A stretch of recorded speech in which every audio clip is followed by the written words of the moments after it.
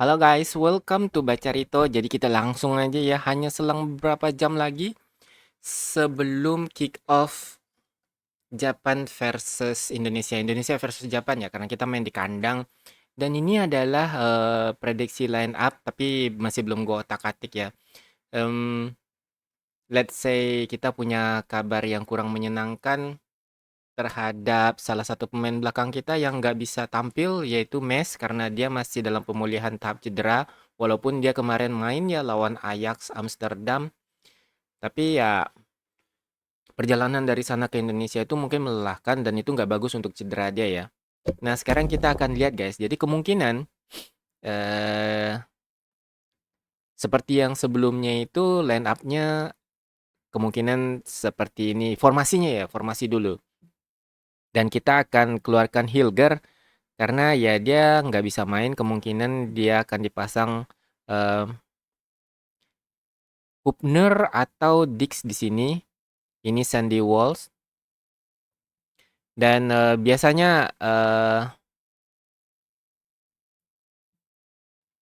coach STY itu nggak pakai gelandang bertahan murni guys. Jadi kemungkinan kayak gini teman-teman ya. 3-4-3. 3-4-3 dengan kata Reinders ada di sini. Kalau menurut gue antara Reinders, Witan,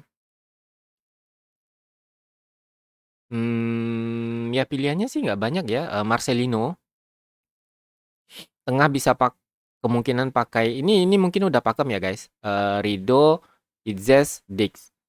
Gue nggak tahu bagaimana pandangan Sintayong tentang Rido karena ini dia pemain terus yang bermain dan selalu di bawah ya ketika dia fit dan hanya beberapa pertandingan dia nggak main karena kita kedatangan pemain-pemain baru. Gue rasa kalau misalnya dia diganti yang dipakai itu Hubner. Udah fix Hubner ya. Eh kalau Jordi Amat dipakai, em, bukannya nggak bagus, tapi dari faktor umur, melihat tipikal permainan Jepang seperti video sebelumnya yang gue bilang kalau Jepang itu mainnya sangat fisik gitu.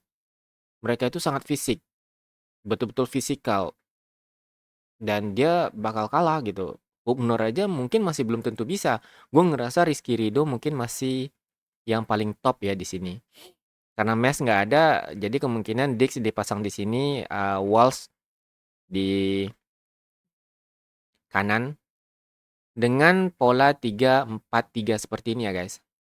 3-4-3. 3-4-3 itu mungkin pola yang paling banyak dipakai STY. Kalaupun kita pakai 3-5-2, mungkin bisa seperti ini ya. Jadi 3-5-2 itu pakai satu attacking playmaker atau ya ada satu gelandang bertahan yang murni antara Ivar atau dipasang Nathan. Bisa Nathan, bisa Ivar guys. Kalau untuk bertahan gue ngerasa Nathan lebih lebih bagus ya kalau untuk bertahan ya dibandingkan Ivar karena tipenya Ivar itu sama dengan Tom Haye. Jadi kalau asalnya Tom Haye kan dibilang Tom Haye ini kemungkinan nggak bisa main 90 menit karena ya faktor fisik dan cuaca juga mungkin ya. Karena di Asia Tenggara itu kan kalau kelembabannya beda. Kemungkinan Haye dipasang sekitar 70 menit atau 60 menit dia nanti akan digantikan Ivar. Kalau seandainya Nathan dipakai. Tapi kalau enggak maka ini akan seperti ini. Dan ketika Haye nanti udah kelelahan ya kita akan pakai Nathan. Kemungkinan seperti itu ya guys. Tapi gua harap Haye nggak dicadangkan. Rido juga nggak dicadangkan. Karena kita nggak punya banyak pilihan pemain belakang kecuali pemain belakang pengganti seperti Jordi Amat dan Hubner. Ada Patinama juga. Lalu kemungkinan tengah itu bisa Renders, bisa Rizaldi. Nah, Eliano ini kan dia em, versatile ya. Jadi dia punya banyak posisi, bisa menggantikan Sandy Walsh walaupun gue ngerasa kemungkinan ya kalau tipikalnya Sintayong dia nggak suka back-back yang pendek. Gitu guys. Dia itu sebenarnya nggak terlalu suka back-back yang pendek. Jadi kemungkinan antara Renders ditaruh di muka, di depan, atau di tengah, Dan kanan ini memang dipegang sama Wolves atau nanti ya seperti kemarin ada Arhan Pratama yang bisa masuk gantiin eh Asnawi mungkin kalau dibawa, gua nggak tahu. Lalu kemungkinan juga bisa Marcelino Ferdinand dipasang sebagai playmaker juga atau pemain yang ada di depan seperti ini. Nah, kemungkinannya itu seperti ini ya guys. Kemungkinan terbesarnya itu ya seperti ini atau seperti ini. Karena gue jarang ngelihat STY memakai gelandang bertahan yang murni gitu. Gue berharap kali ini dia pakai pola seperti ini. Berharap sih guys. 3-5-2. Jadi satu gelandang ini memang murni untuk melakukan pertahanan, ngebantu defense ini. Karena gue bilang Jepang ini fisik guys, fisikal. Sangat sulit bagi kita hanya memakai dua gelandang seperti ini. Sangat-sangat sulit.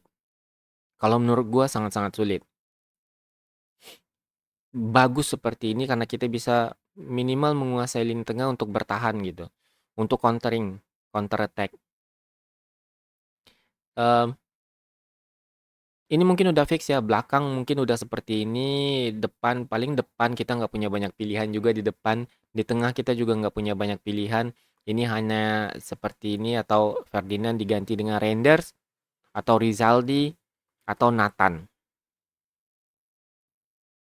Kalau dipakai Nathan guys, mana Nathan tadi Joko hilang? Nah, kalau Nathan, Reinders akan jadi cadangan, kemungkinan seperti ini. Defensive midfielder, box to box, si Ivar. Lalu ini bisa sebagai advance playmaker. Dan ini kita nggak usah khawatir ya. Mereka striker ini bisa ngebantu pertahanan juga. Mau berlari lah gitu. Mau jemput bola. Mau ke belakang. Ini tipikal striker modern. Walaupun dia nggak cetak banyak gol tapi bisa cetak gol. Itu aja. Dan ini termasuk salah satu mungkin untuk tipe pemain yang kita punya saat ini. Kalau gua sih favoritin yang kayak gini ya. Kita harus punya 3 gelandang, 2 wingback, 3 back sejajar, dan 2 striker. Mungkin kita akan main counter attack seperti biasa. Tim kita itu nggak dibangun dengan pemain yang punya tipikal menyerang karena memang pemainnya kurang gitu. Untuk untuk daya dobrak kreativitas kita itu memang sedikit kalah dibandingkan Jepang apalagi ya. Kalau lawan tim Arab atau tim China sebenarnya bisa. Kita bisa mendominasi tim Arab, China, eh, Bahrain, kita bisa dominasi. Tapi ngelawan tim-tim seperti Jepang dan Australia yang mana mereka punya pengalaman lebih, mereka punya kemampuan fisikal yang lebih, kita masih belum belum cukup ya. Kita butuh pemain lagi yang lebih mobile untuk ya nangani lini tengah gitu. Yang ngontrol lini tengah itu kita nggak punya selain Tom Haye. Dan itu pun dia akan berfokus untuk distribusi bola ke depan. Praktis kita butuh dua gelandang pekerja keras dan diharapkan Ivar dan Nathan ya. Tapi nggak sampai situ aja guys. Jadi gue juga minta line up dari AI. Kita gunakan teknologi. Bagaimana AI itu melakukan pekerjaannya ya tentang mengkalkulasi atau prediksi line up yang akan dikeluarkan oleh STY.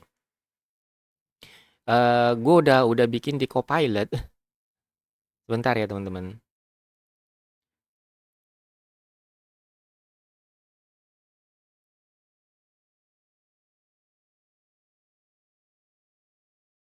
Nah, kayak gini guys. Kalau kalian ngelihat, jadi prediksi line up timnas Indonesia versus Jepang gue bikin ya. Menarik guys. Formasinya itu hampir sama. Jadi kayak awalnya itu 3-4-3. Memang formasi awal kita itu 3-4-3 dipakai oleh STY. Dari awal itu memang 3-4-3 ya teman-teman ya. Eh, nyaris nggak pernah yang lain. Dengan catatan itu sebenarnya itu 5-2-3. Karena kita pakai eh, dua wingback gitu. Nah, Seperti yang kalian lihat, formasi 3-4-3-nya itu goalkeeper tetap Martin Paes. Karena dia udah nggak ada pertandingan lagi dan ya MLS sudah mencapai masa akhir kompetisi. Martin Paes, Rizky Ridho, Jay Ejes, Kevin Dix. Karena memang Mes nggak bisa main kan seperti yang dibilang. Jadi Rizky Ridho tetap ada di sana. Seperti yang gue bilang, pemain ini termasuk pemain yang diperhitungkan bahkan oleh AI gitu ya. Lalu Jay, Kevin, di sini tetap seperti yang gue bilang tadi ya, yang di itu Sandy Walsh, Tom Hayen, Nathan, Calvin Verdong. Di sini Nathan yang berbeda karena biasanya kan STY makai Ivar. Eh, Ivar bisa main atau enggak, gue nggak tahu ya. Tapi Nathan pun oke ya untuk bertahan ya. Calvin ini udah pasti fix milik dia. Nah, di depan itu seperti yang gue prediksi tadi, itu Eliano, Ragnar, Rafael Struijk gitu guys. Jadi kita perkiranya hampir mirip karena memang formasinya STY itu dari awal seperti itu. Hanya aja akan berubah nanti ketika memakai 3 gelandang. Apakah 3 gelandang itu masuk antara Malik atau Marcelino atau Eliano yang ditaruh sebagai gelandang serang. Kita akan coba lagi ya.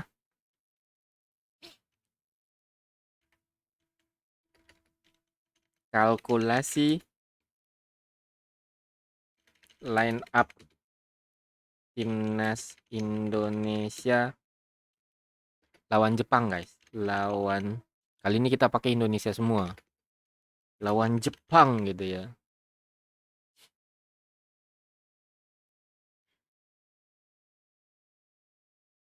Sama ya teman-teman, nggak ada perubahan gitu. Memang ini pakem yang diberikan AI kan ngumpulin data ya. Dan dia itu berdasarkan data yang ada selama ini. Dan ini adalah eh dia juga update yang terbaru ternyata karena Messi nggak bisa main. Dan ini adalah line up-nya Jepang.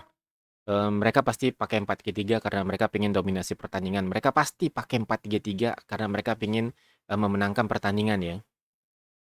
Yang perlu diperhatikan dari pemain Jepang itu adalah Kubo dan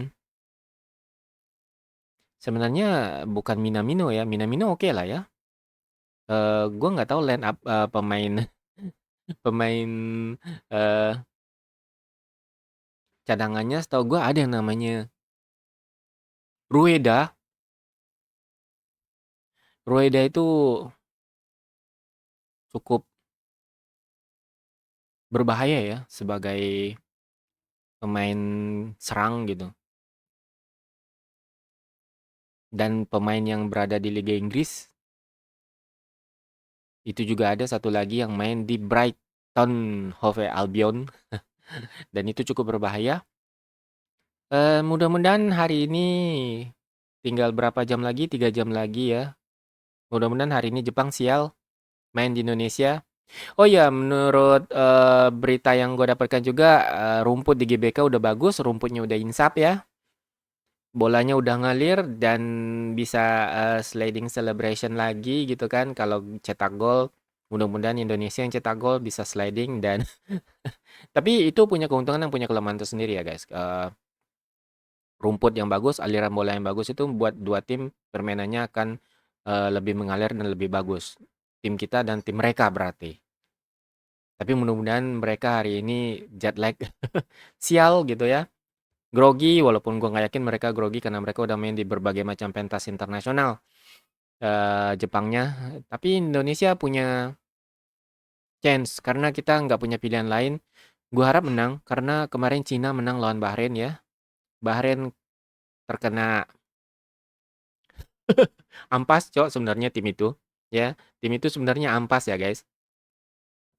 Tapi karena ya itulah beberapa faktor jadi mereka punya poin dan kita sekarang berada di peringkat terakhir. Kalaupun kita seri kita dapat 4 dan berarti murni kita harus menangkan semua pertandingan di kandang kita. Eh China kemarin menang jadi mereka sekarang ada di peringkat keempat. Jadi sampai di sini aja Mudah-mudahan ini bisa memberikan insight. Jangan lupa dukung timnas ya teman-teman ya. Nanti jam 7 baik yang ke stadion maupun yang nonton di rumah kayak gue nonton di rumah. Sampai jumpa di video berikutnya. Bye bye.